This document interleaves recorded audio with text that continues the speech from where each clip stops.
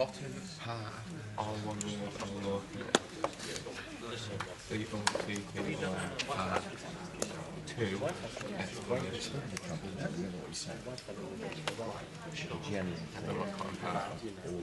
Good.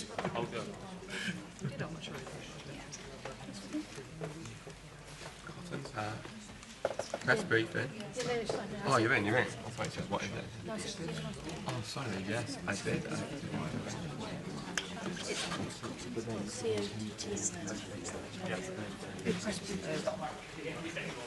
All lowercase.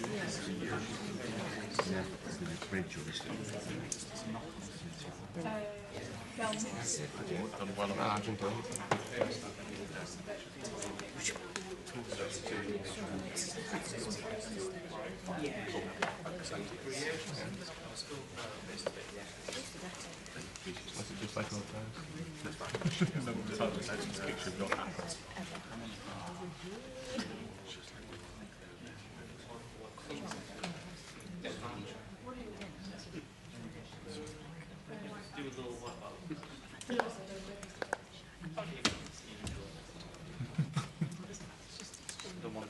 Everyone's facing up on BBC.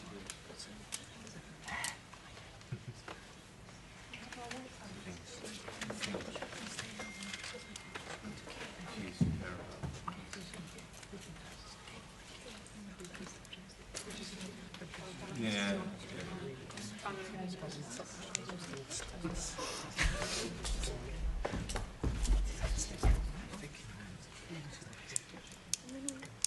White flag. 3-5. Turn around, Freddie.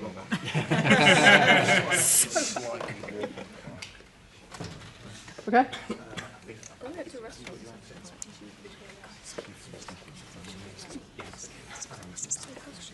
Yeah.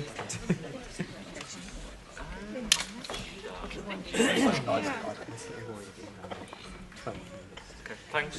Well, you remember why you Glamorous.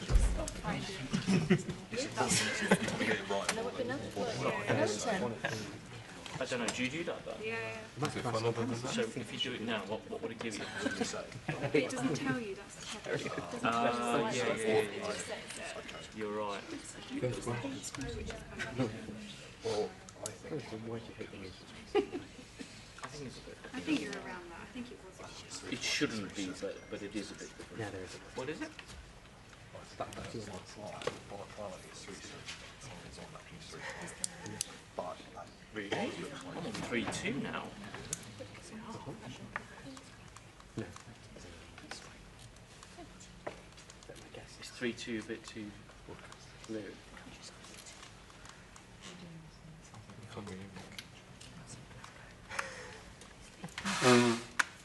Great, thanks. Thank you.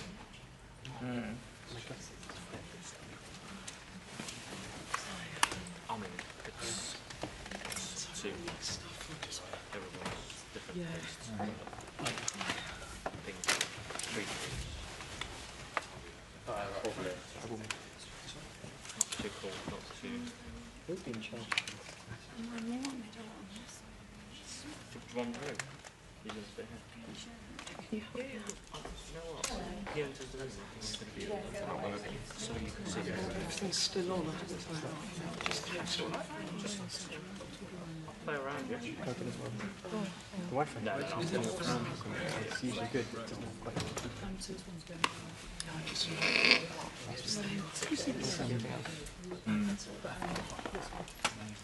do you know what? Sounds. I've actually seen it. It sounds the same. Oh, yeah. It's an Oscar playing. It's in the video of the penalty. No, I was about to look it up. Yeah, it's unbelievable. They went to last minute and Rocket got a penalty. And the Senegal team walked off because in protest of that penalty for 5 minutes off the pitch. Yeah.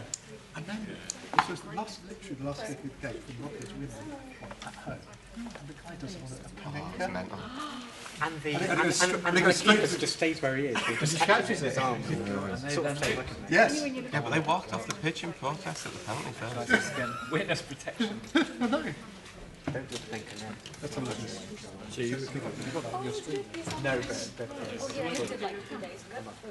so you may take it into a shift. So he's now back. Can you imagine the nerve of doing that? No, I didn't. Yes.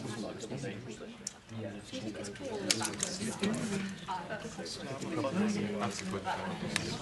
Even though she's not going to remember 7 years. Yeah, they literally makes sense. Low wash.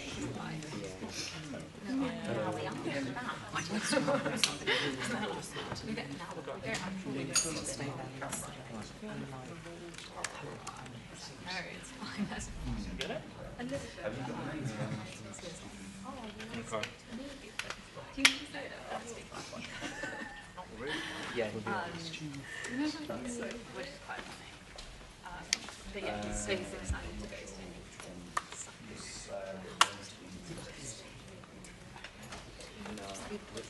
Maybe you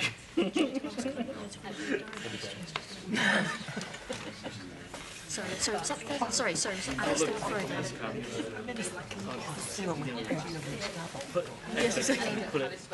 Just watch his face like completely baffled.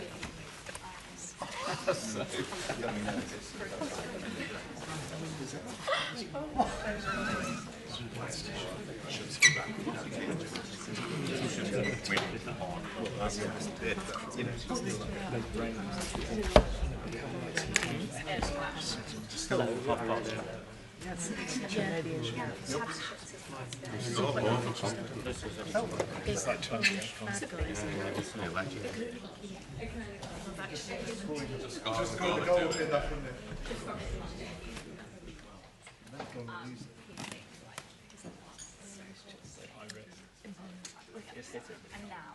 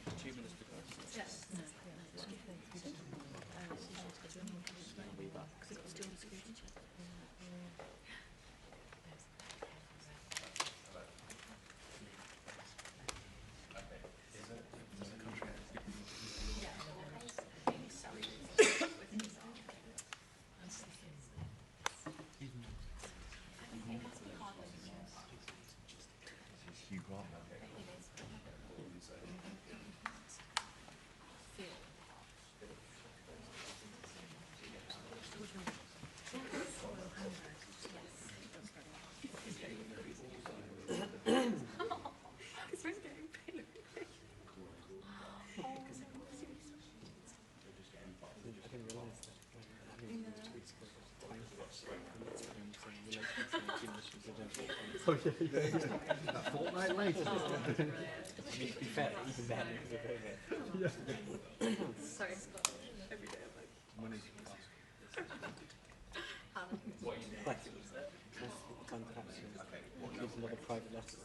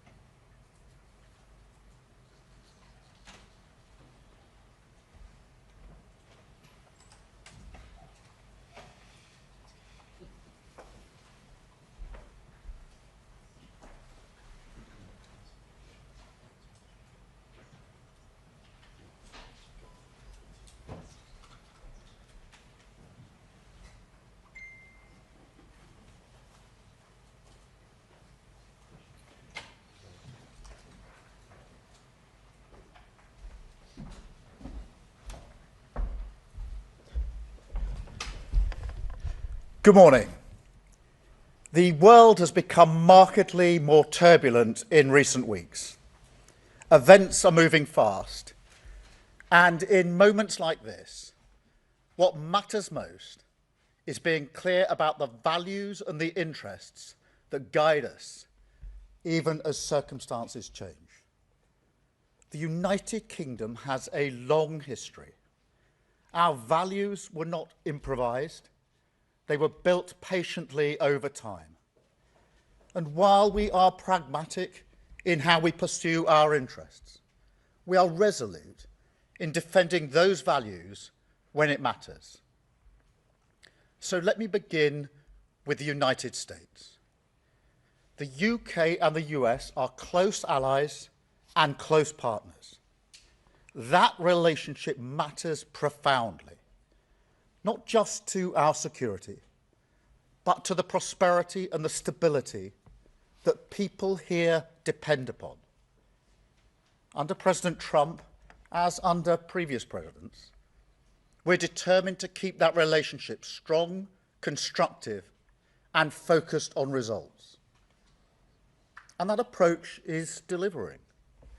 Through sustained engagement, we've seen significant US investment into the UK economy, running into hundreds of billions of pounds, supporting growth, skills and jobs right across the country. Our cooperation on defence, nuclear capability and intelligence remains as close and effective as anywhere in the world, keeping Britain safe in an increasingly dangerous environment. We've secured good trading terms in key sectors, including cars, steel, aerospace and life sciences, protecting British jobs and manufacturers. That is why we take the approach that we do, because it delivers concrete outcomes in the national interest. I talk regularly to President Trump, and my team is in daily contact with all the key figures in his administration. These relationships matter. They deliver concrete outcomes in the national interest. Mature alliances are not about pretending differences don't exist. They are about addressing them directly, respectfully, and with a focus on results. On Greenland, the right way to approach an issue of this seriousness is through calm discussion between allies. And let's be clear, the security of Greenland matters.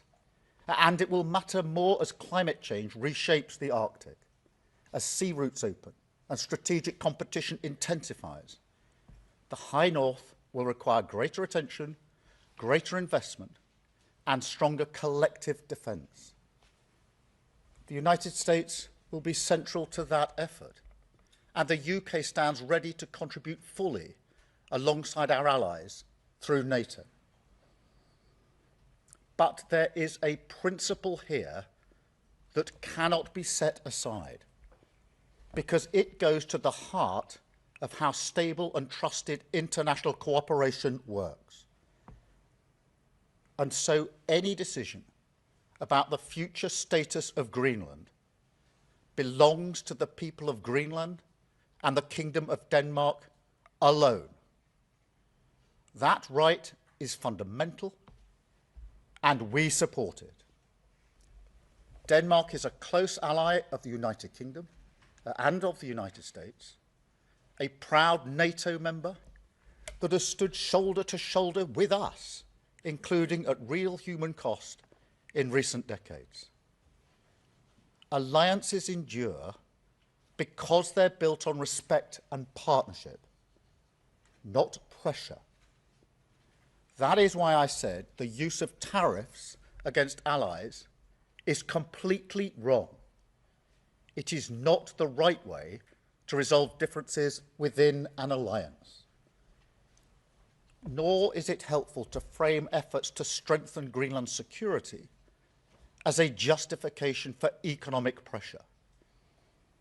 Such measures hurt British workers, British businesses, and the British economy.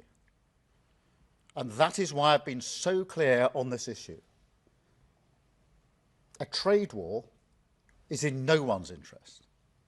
And my job is always to act in the UK's national interest. That is why yesterday I spoke to President Trump, to European leaders, and to the Secretary-General of NATO to find a solution rooted in partnership, facts, and mutual respect. Because that is how strong alliances protect shared interests. The same is true on other issues. In the Middle East, we welcome President Trump's focus on sustaining the ceasefire in Gaza and moving on to phase 2. We are open to participating constructively in such efforts. On Ukraine, I can be brief. We strongly support efforts to bring the killing to an end and secure a ceasefire as soon as possible. We recognise President Trump's role in pushing that process forward. And we will work closely with the United States, Ukraine, and our other allies to apply pressure where it belongs on Putin. Finally, let me say why all this matters so directly to people here at home. In today's world, geopolitics is not something that happens somewhere else. It shapes the cost of energy, the price of food, the security of jobs, and the stability that families rely on to plan their lives. When war drives up fuel prices, it's households who feel it first. When supply chains fracture, it's small businesses and working people who absorb the shock. And when instability grows, it's rarely those with the most power who pay the price. That is why this government's approach is rooted in a simple belief that we must use every tool of government, domestic and international, to fight for the interests of ordinary people. At home, that means active government. It means taking responsibility for economic stability so that inflation is controlled, interest rates come down, and family budgets are protected. It means stepping in where markets fail, strengthening resilience, and ensuring that global shocks do not always land on the same people in the same places, the people least able to withstand them.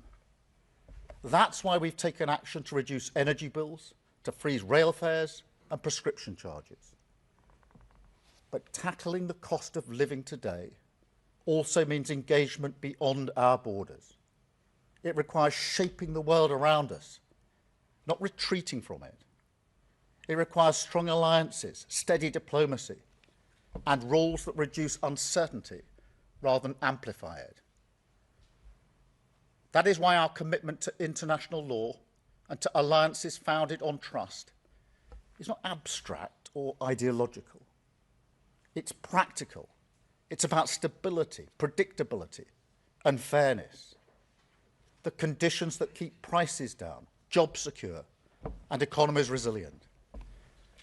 That is what active government looks like in an age of uncertainty.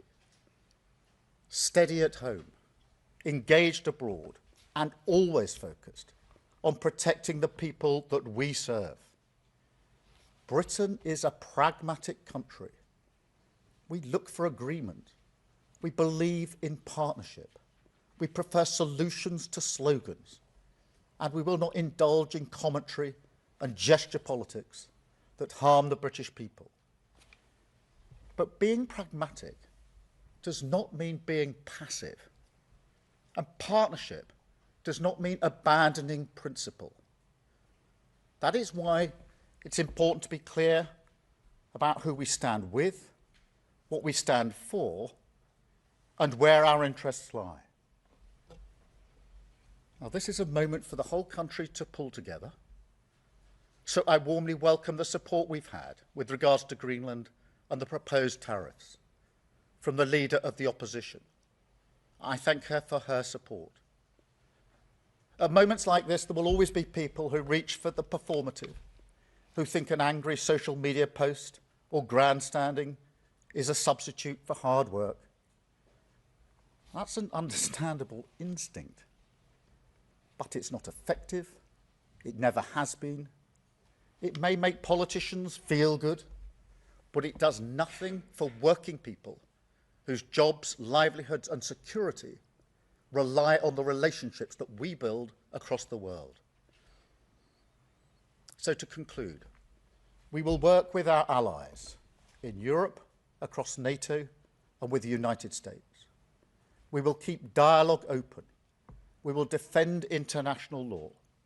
And we will use the full strength of government at home and abroad to protect the security, living standards and future of the British people. That is the approach I will take as Prime Minister, and that is the responsibility that this moment demands. Thank you. I'm now going to take some questions, and I've got a fairly extensive list, you'll be pleased to know. I'm going to start, with Chris Mason from BBC News.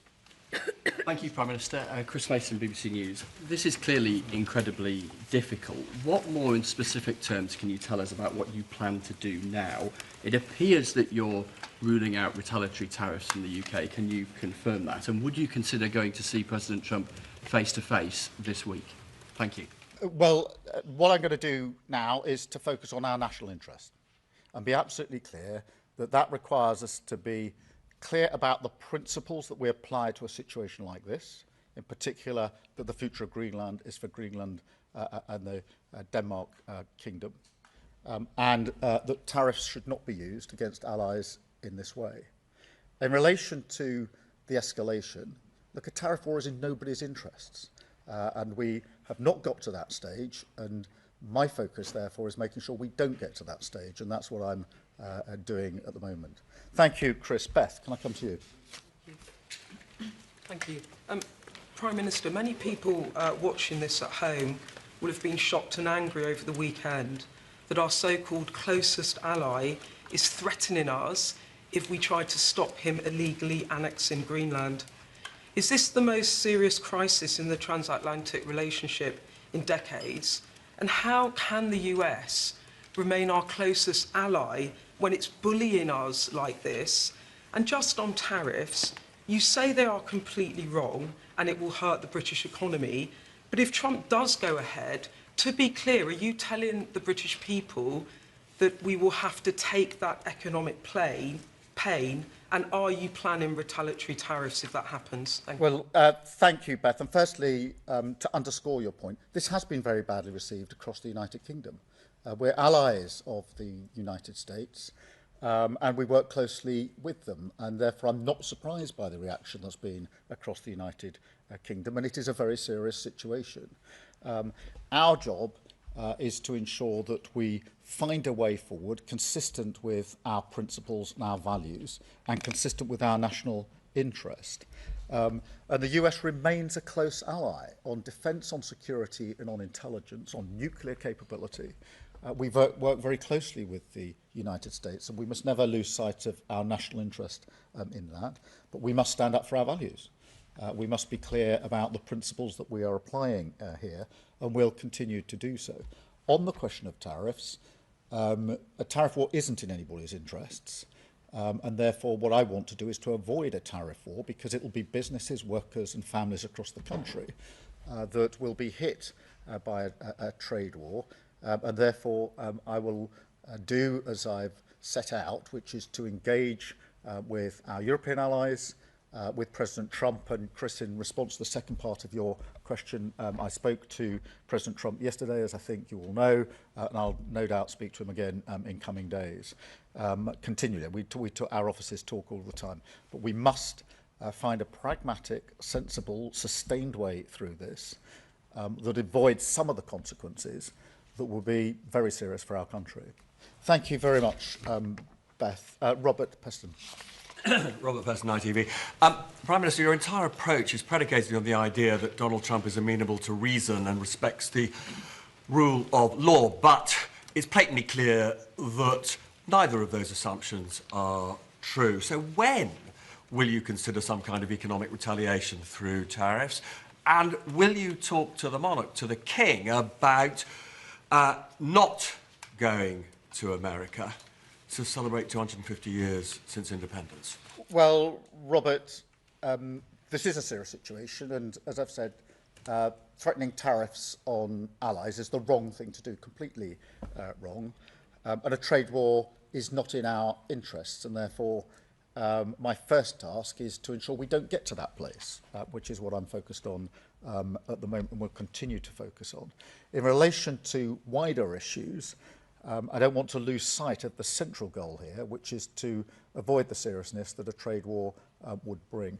In relation to your broader point, we do have to remember at all times that it is in our national interest that we continue to work with the Americans when it comes to defence, to security and to intelligence. Our nuclear deterrent is our foremost weapon and deterrent when it comes to securing the safety of everybody in the United Kingdom. It's my primary duty. And that requires us to have a good relationship with the United States. But it doesn't mean, as I said a moment ago, that we pretend we don't have differences. We do have differences. And I've set out some of those differences here this morning in relation to Greenland. Differences of opinion in terms of who should decide the future of Greenland. I'm very clear in my position in that. And differences of opinion on the use of tariffs in a situation like this. And again, I've been very clear saying they're completely wrong. So we apply our values. And we seek a solution that's in our national interest. Thank you, Robert. Chris Hope. Chris Hope, GB News, Prime Minister. Donald Trump says he no longer feels an obligation to think purely of peace. Is now the moment you must choose between the US and the EU? Is this a fracturing in your special relationship? Firstly, I don't think it's right for us to choose between the US and Europe. That's not a new position today. That's the position I've consistently held, as have previous governments, because we are allies with our European partners and allies with the US. And the strength in being able to keep both those alliances has served us well over the last 80 years. So this is not a moment to sort of choose one between the other. I have argued, and this is not an argument for the first time today, and I've spoken to European allies and leaders about the need for Europe to step up and do more in its own defence and security. I feel that over many years we've not paid enough attention to what we European nations can and should do in our own defence, and this reinforces why it's important that we do that in defence and security. And defence and security these days, of course, includes energy and resilience and cyber, as well as the traditional defence and security. Europe has to step up into that space, and that's an argument I've been leading on and making for a number of months now with our European partners, and will continue to do so. Thank you, Chris. I've got Gary Gibbon from Channel 4. Gary. Thank you, Prime Minister. You say that Donald Trump remains an ally, but a lot of people would look at his behaviours and say he's not remotely behaving like an ally. Is there anything he could do that would make you think he was no longer an ally? Or is it just unthinkable? Are we totally locked in? And just one other, if I may, some puzzlement that those forces, quite limited military personnel that went to Greenland, that he interpreted that as a hostile act. Do you have any sense that he might have been misinformed about that in entire expedition? Well, taking the second bit first, if I may, that is one of the things I discussed with President Trump yesterday in relation to those forces which were clearly there to assess and work on risk from the Russians. And so there's real clarity, I hope, about that. In relation to the relationship, we must never lose sight of the fact that on defence, security, intelligence and nuclear capability, we work very closely with our US allies, and it's in our national interest to continue to do so. That doesn't mean pretending we don't have differences, and I don't think anybody could suggest I'm pretending we don't have differences. I'm spelling out what those differences are, what our principles and values are, and how we approach them. But we do continue to work with the Americans. The situation in the Middle East is fragile. There is a ceasefire. We need to move to phase 2. We mustn't lose sight of that. In Ukraine, we've been striving for a just and lasting peace for a long time now. We're 4 years into that conflict. It is in our interest to work with others to bring about that just and lasting peace. The last thing we should do is to simply throw all that away and pretend that it doesn't matter anymore. It does matter. But we don't do that by pretending we haven't got differences. We do have differences, and I'm spelling them out here this morning. Thank you very much, Kerry. I've got Kitty Donaldson from iNews. Thank you, Prime Minister. The US Supreme Court is due to rule next week on whether the tariffs are legal for the President to use. Do you think it's worth just biding your time until next week? And secondly, I don't think you answered Robert's question, which was, do you think the King should go to the United States this year? I'm not going to comment on the Supreme Court ruling. I think it's due out reasonably soon. But I don't think it would be sensible to simply wait for the court. It's really important that we act now in response to the threat of tariffs, and that's why I spoke to President Trump yesterday and to numerous allies across Europe, many leaders during the course of yesterday afternoon, Secretary General of NATO, and will continue to do so today, because it's in all our interests to act swiftly in relation to this matter. Look, in relation to the King and other issues, as I said in my speech, I'm focused on the pragmatic response here, not the suggestion of others, and my focus is on what's in the national interest for our country, what is going to best protect workers, families, businesses, and I believe that's the approach that I've set out. Thank you, Kitty. I've got Craig Munro from the Metro. Craig Munro from Metro. You spoke about the cost of living in your speech there. How can you be sure, how can you reassure people that the cost of living will improve in the UK when our economic picture is so reliant on an unreliable ally in an unstable global world? By taking the approach that I've set out today. Some people appear to make the argument that what happens internationally is irrelevant to the cost of living issues that are faced across this country. I'm well aware that for all the volatility in the world, and we've seen plenty of that in the first few weeks of this year, the issue that is of central concern to families and communities across the country is the cost of living. Wherever you go in the country and ask people what their number one concern is, they will say it's the cost of living, and therefore we have to address it. We address it in a number of ways. Firstly, by taking the measures to stabilise the economy so that inflation coming down, interest rates coming down, and protecting family budgets is crucial to that. By being active where markets fail, stepping in on energy bills, rail fares, prescription charges, etc. But also by working relentlessly on matters that are international, because the impact of what's happening internationally on what's happening domestically is obvious, it's real, it's probably more direct now than it's been at any time most of us can remember, and therefore it would be to a dereliction of duty on the cost of living not to be engaged on the international stage. Thank you very much, Craig. I've got Jason Groves from the Daily Mail. Jason. Thanks, PM. Your Danish counterpart says NATO can't survive one member, the biggest, seizing the territory of another. Do you agree with her? And separately, are you willing to join the President's Board of Peace, and are you willing to pay for it? Well, look, in relation to the Danish Prime Minister, as you would have anticipated, I spoke to her on Saturday night, I spoke to her again yesterday, and made absolutely clear our position on who decides the future of Greenland and the use of tariffs, and we're completely aligned on those issues. On the question of NATO, it is in all of our interest to make sure that NATO remains strong and stable. We had a very good NATO summit last year with more members than we've had before, with more unity than many people thought we would achieve. And NATO remains the single most effective and successful military alliance the world has ever known. And so it's in all of our interests to make sure that nothing is done to weaken NATO. On the question of the Board of Peace, look, we're supportive of the measures that are being taken across the Middle East, particularly the ceasefire. I do think we need to press on to phase 2. We've indicated our willingness to play our part, and we will. And on the Board of Peace, we're talking to allies about the terms of the Board of Peace. Thank you very much, Jason. I've got Lizzie Buchan from the Daily Mirror. Thanks, Prime Minister. The head of the UN says that he believes that the US thinks its own power matters more than international law. Do you agree? And secondly, if I may, you've repeatedly promised to deliver a Hillsborough law, but the bill was pulled last night.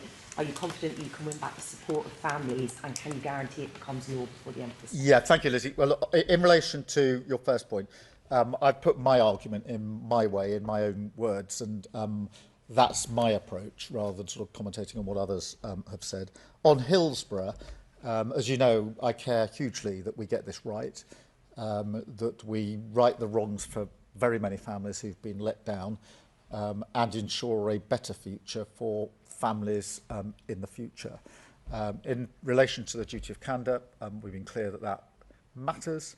What we're now trying to do is just make sure we get the balance right when it comes to the application of any principle to the security and intelligence agencies.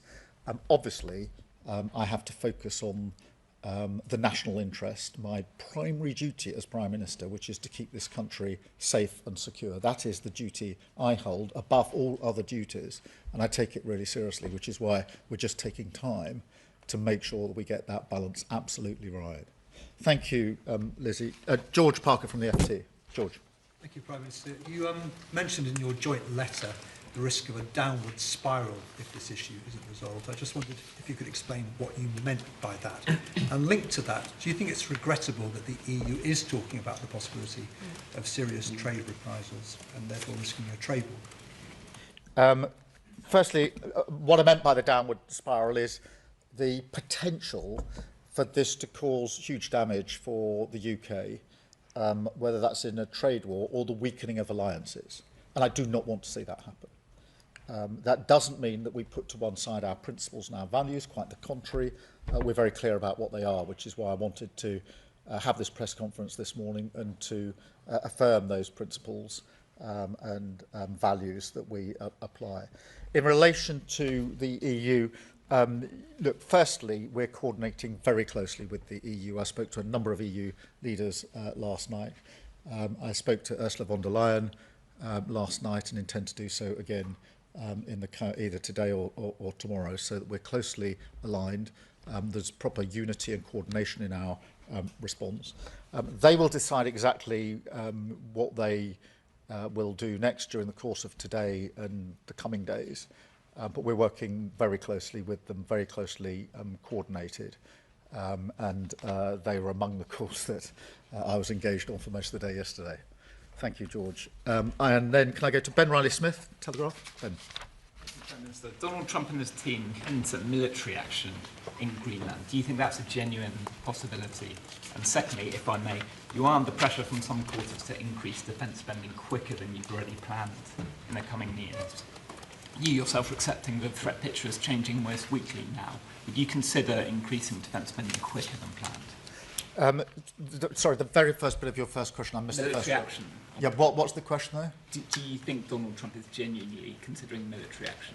Look, I don't, actually. I think that this can be resolved and should be resolved through calm discussion, but with the application of the principles and values that I've set out in terms of who decides the future of Greenland, and making clear that the use of tariffs in this way is completely wrong.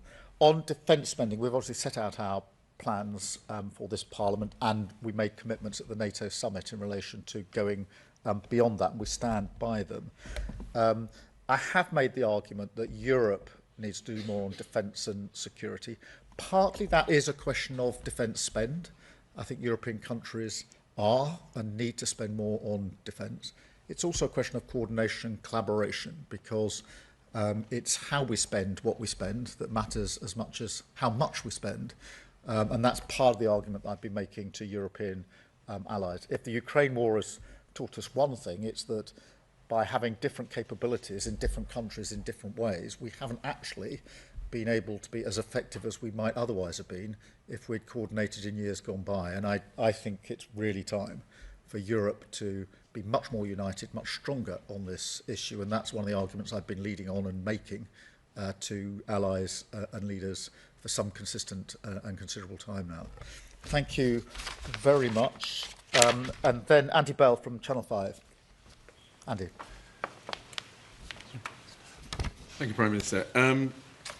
Isn't the conclusion from all that's happened up to now that you've been too soft with the President? And isn't the lesson we have to draw from what's happening now is that you have to start being tougher with him?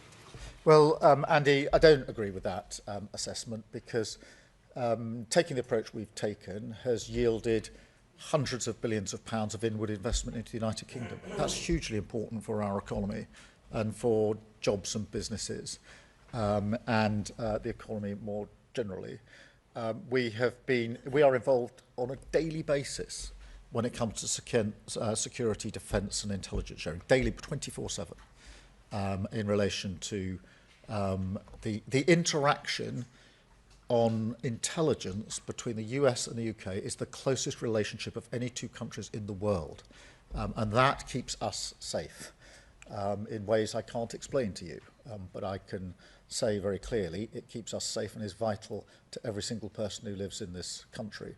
And of course, before we got to the better trading arrangements on cars, on pharmaceuticals, etc., many people were urging me not to take the approach that we did, but we did take the approach we did and we got better trading terms. And that's why I'm taking the approach I am to this situation, to ensure that we focus on what's in our national interest. Thank you, Andy. And I've got Peter Walker from The Guardian. Thank you. Peter. It's been widely reported this morning that the Norwegian Prime Minister has received a message from President Trump, basically saying the President is peeved because he didn't get the Nobel Peace Prize. Whilst I'm sure everyone watching this will fully understand why there is a need for the UK and the US to kind of keep collaboration and links so close, can you understand why some voters look at what President Trump does and says and think, are we actually serious? Can we actually get anything from him? And if I may, I know that no policy has been announced yet, but from a personal point of view, do you think it would be a good idea for social media use to be restricted for younger people? Yeah, just I completely understand why what President Trump said about tariffs over the weekend has been so badly received in this country. I completely understand that. And I think that's understandable. And it's important that that is met with me setting out, as Prime Minister of the United Kingdom, what our principles and values are in response to that. And not pretending that we don't have differences. Because strong, respectful alliances require the maturity to say where we disagree. And on this, we disagree. And I've been clear about that, and I've spoken to the President about it, and will continue to do so. But I do emphasise, whatever the understandable reaction of the British public over the weekend, it is on defence and security and intelligence and nuclear capability, manifestly in our interests, to have a strong relationship with the United Kingdom. Our nuclear capability is our single most important deterrent, bar none. And that has helped keep us safe for many, many years. On the question of social media more broadly, look, I think we need to do more to protect children. And that's why we're looking at a range of options and saying that no options are off the table. We're obviously looking at what's happened in Australia, something I've discussed with the Australian Prime Minister. I don't think it's just a question of social media and children under 16.